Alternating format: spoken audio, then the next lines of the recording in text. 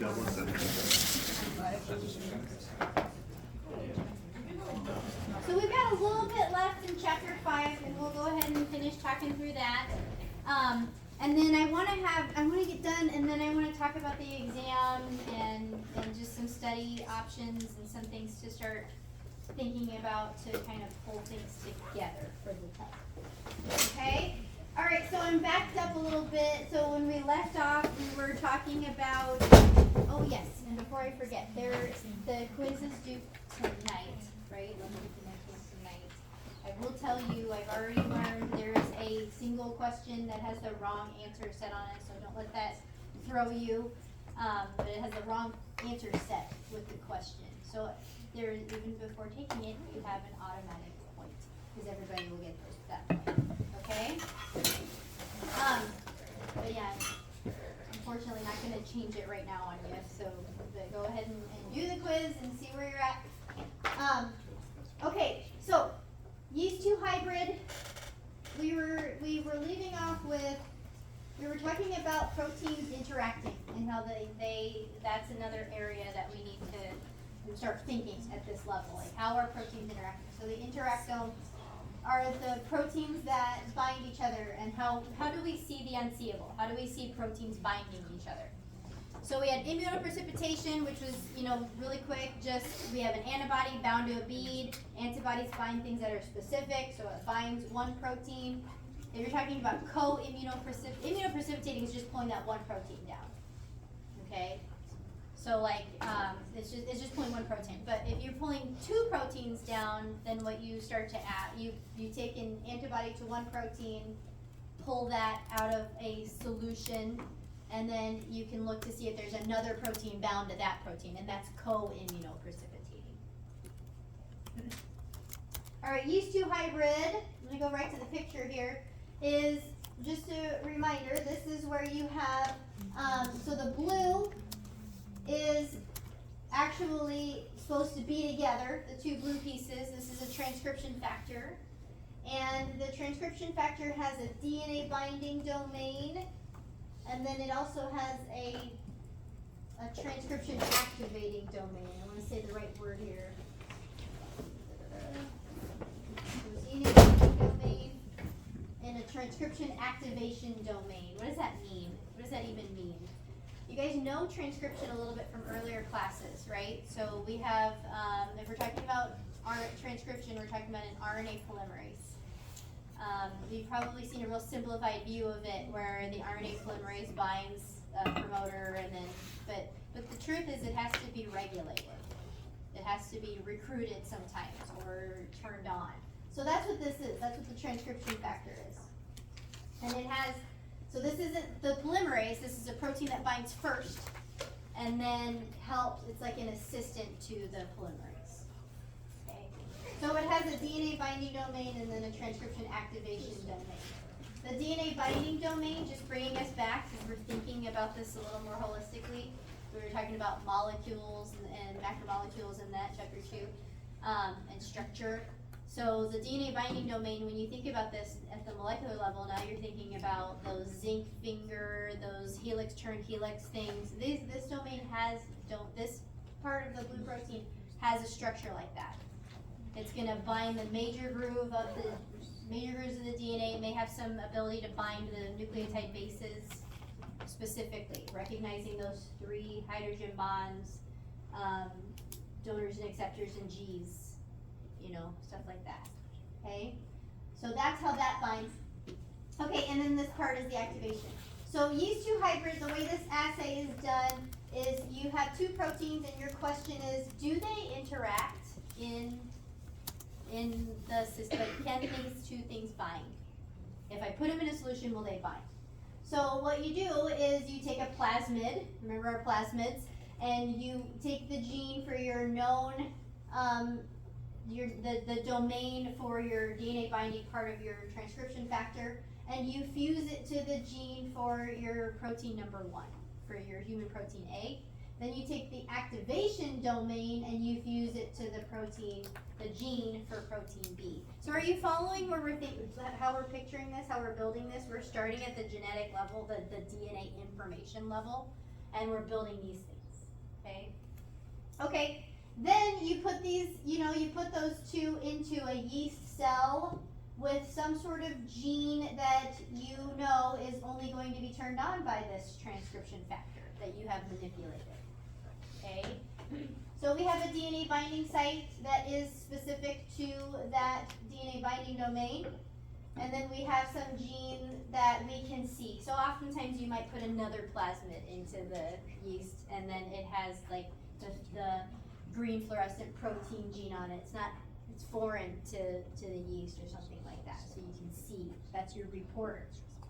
Okay, so we put all that in there, and then only when these two proteins actually bind each other will these two things be brought into, we'll get the shape, overall shape of the transcription factor, and we will get transcription activation. Okay, so if the DNA binding domain binds by itself, it's missing this piece, you will not get transcription. If this is unable to bind the protein, this will never get close enough to the gene to activate the polymerase. Questions about that? About interaction, proteins interacting with each other? This is this picture here is meant to scare you. So the protein interactome is very complicated. I used to, as a graduate student, when we were sitting there, and there's always like a student, I was like a wet bench biologist, and I was totally, and I'm old enough that I was totally like the one person, one gene, one graduate student, one protein type of thing, of course we had these things available, but we still had that approach in our lab. But anyways, we'd always be looking at like one protein and what it's doing in the cancer phenomenon, and there was always the question, why didn't you look at all the proteins? That's all the proteins. I'm not going to do that, like 4 years were spent on one protein complex, but this is where proteomics is, because now we do have a lot of information in databases and things like that, and that's the information that you can now build. How does this protein interact? Okay, so we have membrane and extracellular proteins. We know the proteins in the cytoplasm. We know the nuclear proteins and all of that. And then all of these lines, these connecting dots, are showing you how these proteins interact. One protein doesn't just interact with one other protein. Okay, they're going to interact with multiple families of proteins, and they're going to be regulated depending on what is sensed on the surface. What's going on with the cell? It's space and time. It's dependent on the stimuli and all that too. So bioinformatics. We've talked about it before, but now that you're getting this look at data sets and how big things can be, it's really important to know what bioinformatics is. So this is the interface between biology and computer science. We use a computational approach to understand biological information and make these big connections where there's a lot of information. It's really interesting. There was a program developed here on UNO's campus. It's now moved to UNL, the enemy. But there was the Cell Collective. It was really cool, and I actually came up through graduate school with the developer. We were really good friends, so it was really neat to see it built. It basically started, just to give you an idea of what something like this takes to build. As a graduate student, you do not get your PhD by yourself. Your spouse helps you as well also. But he had a really smart wife, and the two of them read like 800 papers together, and then they built this database where you could, now it's like a teaching tool, but you could basically pick a protein like the EGF receptor on the surface, and in the computer you can say, I'm going to stimulate this with this much information. And then because of the thing that they built, it actually connected a bunch of dots for you and built a picture like that. And it was all backed by peer-reviewed literature, by building the connections of proteins and all that stuff. So, and of course she worked for Yahoo, so she knew how to program some stuff, right? but anyway, they built that. That's a really neat thing. So it is. It's a marriage between biology and computer science. So bioinformatics, and I'm going to read it because I don't want to mess it up. So it's an interdisciplinary field that's concerned with the development and application of algorithms that analyze biological data to investigate the structure and function of biological polymers and their relationship to living systems. Okay, so you do have to understand what an algorithm is, a little bit of, understanding pattern recognition and stuff like that, so, and computer programming. So, there's a couple of ways to approach biological problems. There's the traditional biology, single gene and protein experiments, and understanding individual molecules and pathways. Systems biology is genome and proteome wide because there isn't a single gene and a single protein at work at any time in the cell. There's always multiple things. So another analogy that used to get thrown at me a lot, which I loved it was that the cell is like a hammock, and all of these molecules are like the weaves. And when you grab one of the strings, you can literally pop somebody off of the hammock, right? You can really make somebody have a bad day by grabbing one string. And that's the truth about the cell. So we understand the integrated cell processes. So the question I have for you, this is totally just a philosophical question. Are we past this and we're only in this? Absolutely not. It is, so, it's really cool in silico, in the computer, you can build things. The reality is you've got to do it at the bench too to validate whether that's happening. So that's what actually, my friend that built the database, they did a really good job of collaborating with Wet Bench Labs, and they would build these models, and then somebody would run it. Like they would stimulate a protein in a cell, and then see if this other gene expression went up, and then they had biochemical measurements to show that this was true. Okay, so system-wide gene screening. This is interesting. So systematic screens of gene function. So one approach to understanding how important a gene is to actually knock it down or knock it out. So we learned about siRNA and how siRNA works, right? And we learned about knocking down genes in the stem cells too for mice. So there are a lot of knockout mice, and the neat thing about that is so I'm going to go to what's in my wheelhouse. There are 21 different connexin genes, and those are the genes that code for the protein that allows cells to communicate between them. And to really understand where each one was important, there were mice developed where we knocked down one of those genes at a time in the mice. And so this is still a systematic approach because you can, one approach to study gene function is to inactivate or knock out each gene. So then we were able to see that when you knocked out connexin 26, that the male mice became sterile. So then we got an answer that connexin 26 is really important in that part of the anatomy. Okay, if you knock down connexin 36, something like that, then there was deafness. So then you got this look at what is happening developmentally without these genes. Okay.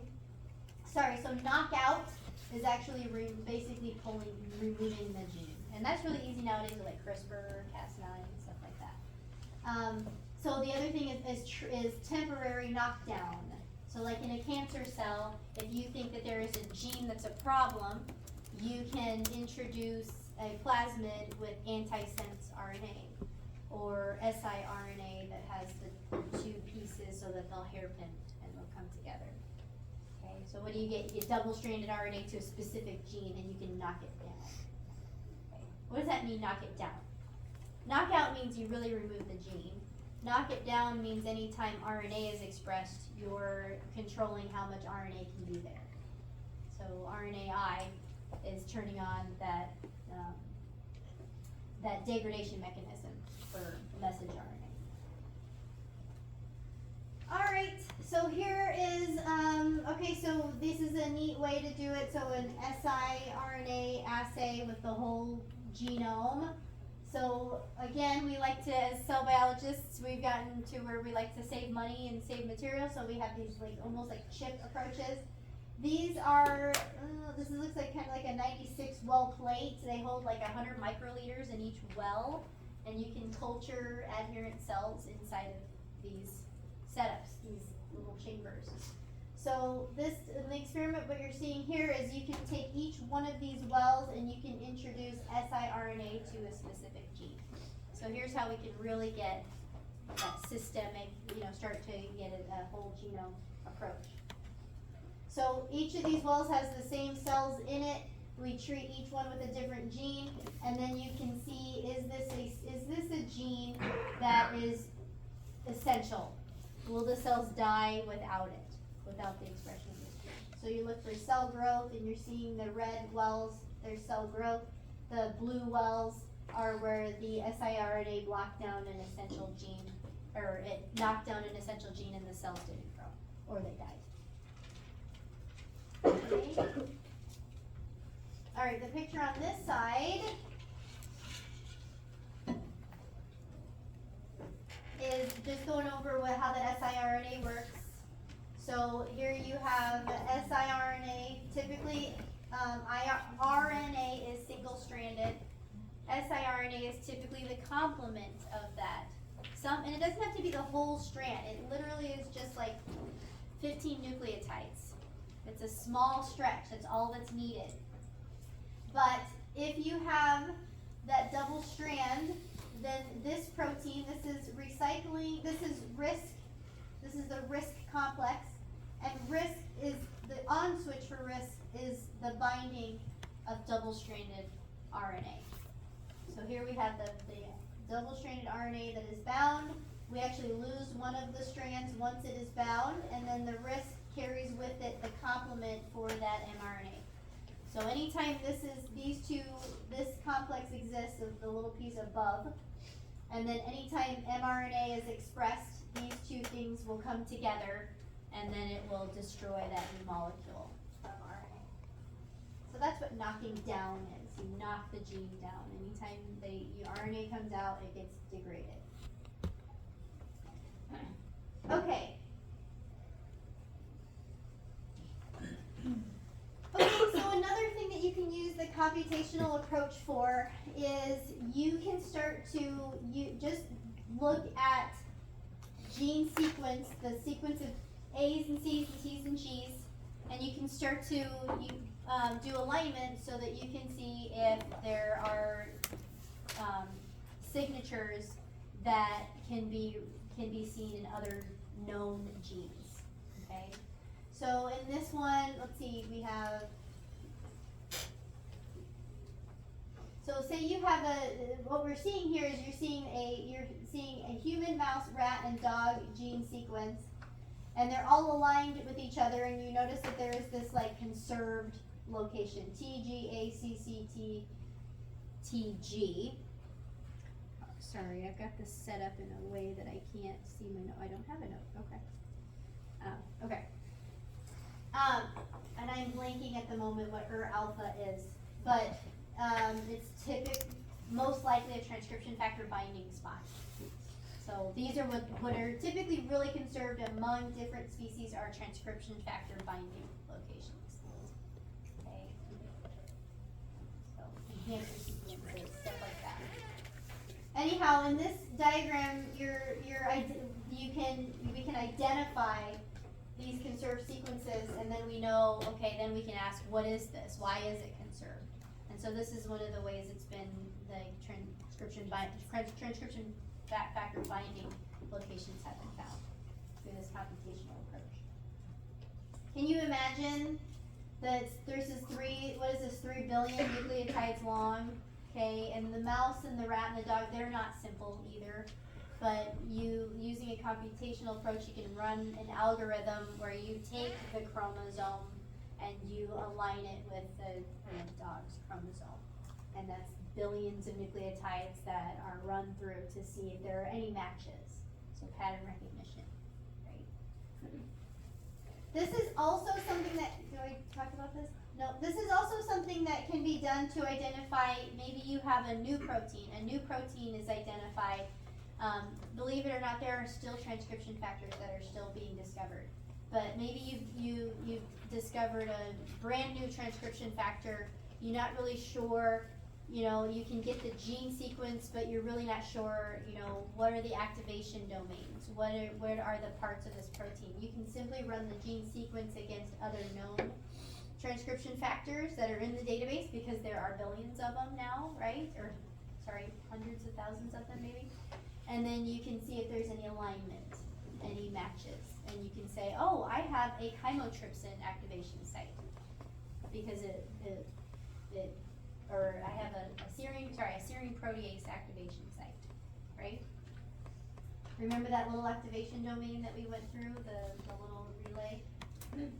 Okay, all right, so pathways versus networks. So here is, this is kind of the more computer look at it.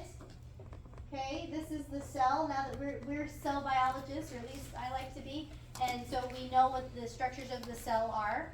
And so here we're seeing a traditional linear pathway. We have our plasma membrane and a transcription factor in the membrane. We have our ligand, the on switch for this transcription factor. We have the information relayed to a G protein, relayed to another membrane-bound protein, adenylyl cyclase. That information turns on this switch, so on and so on and so on. Okay, so that's a signaling pathway, and that's all figured out with wet bench work, knocking down genes or inhibiting things, you know, biochemistry, identifying the protein. This is the reality of how that might actually work. So what we're seeing here looks crazy, I know, but we have, let's see, we have, you know, a couple of proteins up here, and there's one pathway, the pink pathway that it can take, and then here's some genes that are expressed. There's a purple location, but then when you're going down and following, you know, there's a branch, like this protein can go off in this direction and be involved in this pathway. This protein can go off in this direction and be involved in that pathway. All right, what is that all dependent on? Your heart's gonna express a certain set of genes, and you're gonna have these proteins available. Your liver is going to express a certain set of genes, and you're gonna have those proteins available. They might have the same exact cell receptor sitting in their membrane, but what happens on the inside of the cell is going to be dependent on what machinery is there. And it's not like this. It's not necessarily linear. It's more networked. It's webbed. It's a web of information. So here are some, just if you want to organize this in your mind, the different network relationships. There's negative feedback. So this means that you have something turned on, something is made, and then when that thing is made and there's abundance, then that can go back to the step number 1 and turn it off. That's a classic one you've probably heard about 100 times. We talk about it in every class, right? There's also positive feedback. So we have whatever is the final outcome or the final product produced. If we want to actually increase and make sure we're making, we need to elevate a lot of this in a short period of time, that can go and turn on step number 1. It can enhance it. Okay, so that's what positive feedback is. Before I even jump into the next one, what are you seeing? You're seeing a stepwise process. So there's a lot of things in the cell signaling. We'll start breaking down some more signaling pathways later, but in cell signaling, it is a number of steps that are linked together.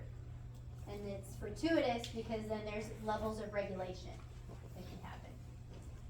So here we have the feed forward relay, where we have one feed forward means we have one activated thing that can activate another pathway, so then you end up having two pathways that come to the same outcome. This can even go directly to to the outcome. So we have, in apoptosis, there are a couple of things like this where, you know, you can trigger apoptosis. It's like a lateral move, and there's another protein that's helping out, but there's also a caspase that can just go right and start breaking up the cell if it's activated. All right, there's co-stimulatory crosstalk. You might have two receptors on the surface of the cell, and when you get to that specific intermediate and that specific intermediate, the two can work together to produce a certain outcome. Here are two genes that are expressed perhaps. You can have co-inhibitory. Co-stimulatory means an additive effect, a turning on. It's an on switch. Inhibitory means an off. So here we have two surface proteins are stimulated. We have two intermediates or transduction proteins that are turned on. One of them is an inhibitor of the other. So then this basically will maybe turn this one off, and this one will continue to be the outcome. Okay? All right, so that's chapter 5. That's chapter 5, starting to put the things together genome-wise, proteome-wise, proteins interacting with each other, and then just kind of stepping back in a global look at how, you know, what is the network relationship of the things in the cell. All right, I'm not going to jump into chapter 6.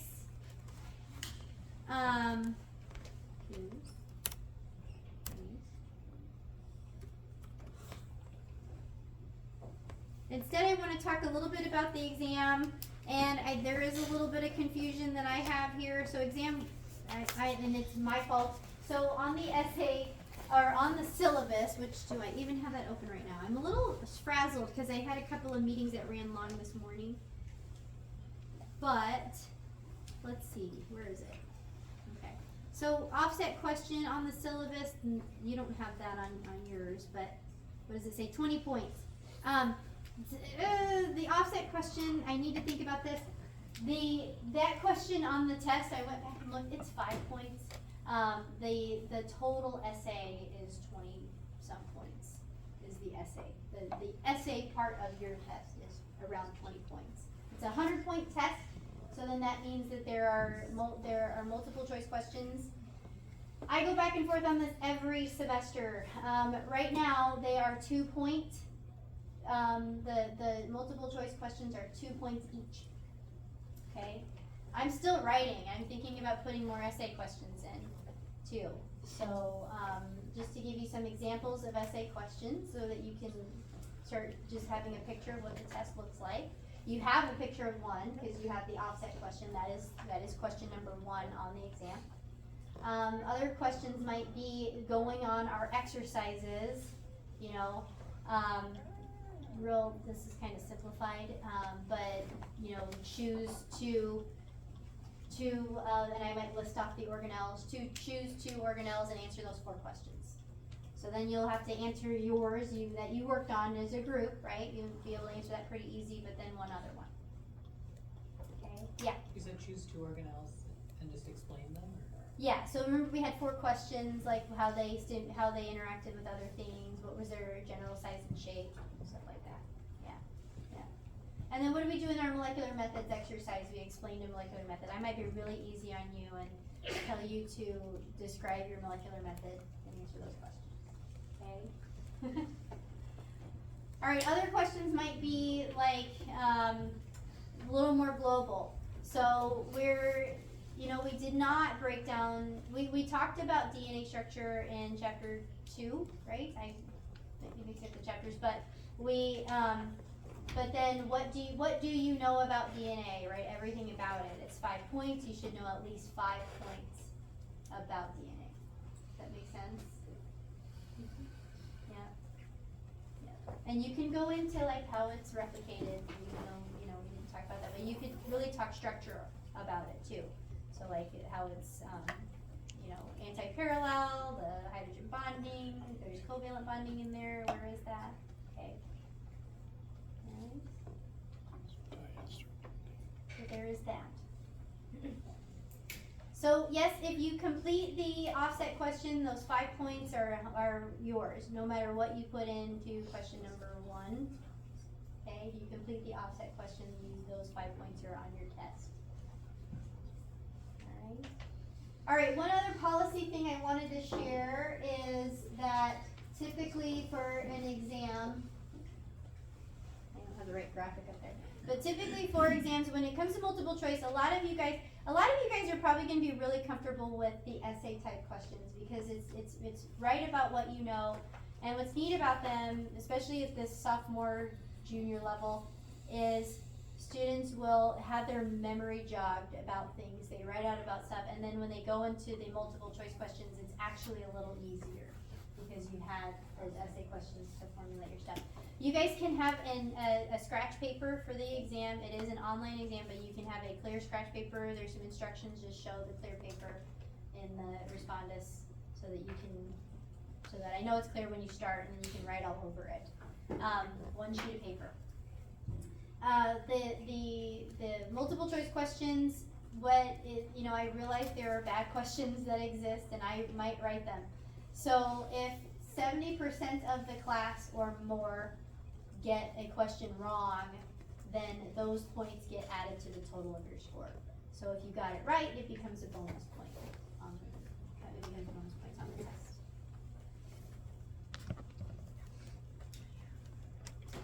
So that's to give you a picture of what the test looks like. We actually have, if we were to take this test in class, we would have had 50 minutes to take it. The timer that I have on it right now is 1 hour and 40 minutes. Okay, so if you have an accessibility plan, reach out to me by Wednesday to remind me, and I'll make sure you have that extra time on that. Okay. So that's a picture of what the test looks like. Are there any questions or anything else I could describe? Okay. So it's gonna open, my goal is to have it open up on Wednesday evening. We are gonna get together on Wednesday for lecture, and I'm probably gonna start chapter 6, which is not on the test, but I'm gonna introduce it just so we can kind of keep with time before spring break gets here. And then Friday, we will not meet for class, but I will be in Zoom. I have a Zoom meeting, yep. So I will be in that Zoom meeting, and I can answer questions. It's not office hours, so I'll probably just turn off the wait list so you can just pop in. If nobody shows up in the first 10 minutes, I won't be in it anymore, okay? Question? I was just gonna say, it's due Sunday, right? Yes, thank you for asking that. Yeah, so I'll have it open Wednesday evening, afternoon, and then it'll be due Sunday, 11:59 p.m. Sunday. Any other questions? We're about 12 minutes early, but we can go ahead and let out now. I don't want to start anything.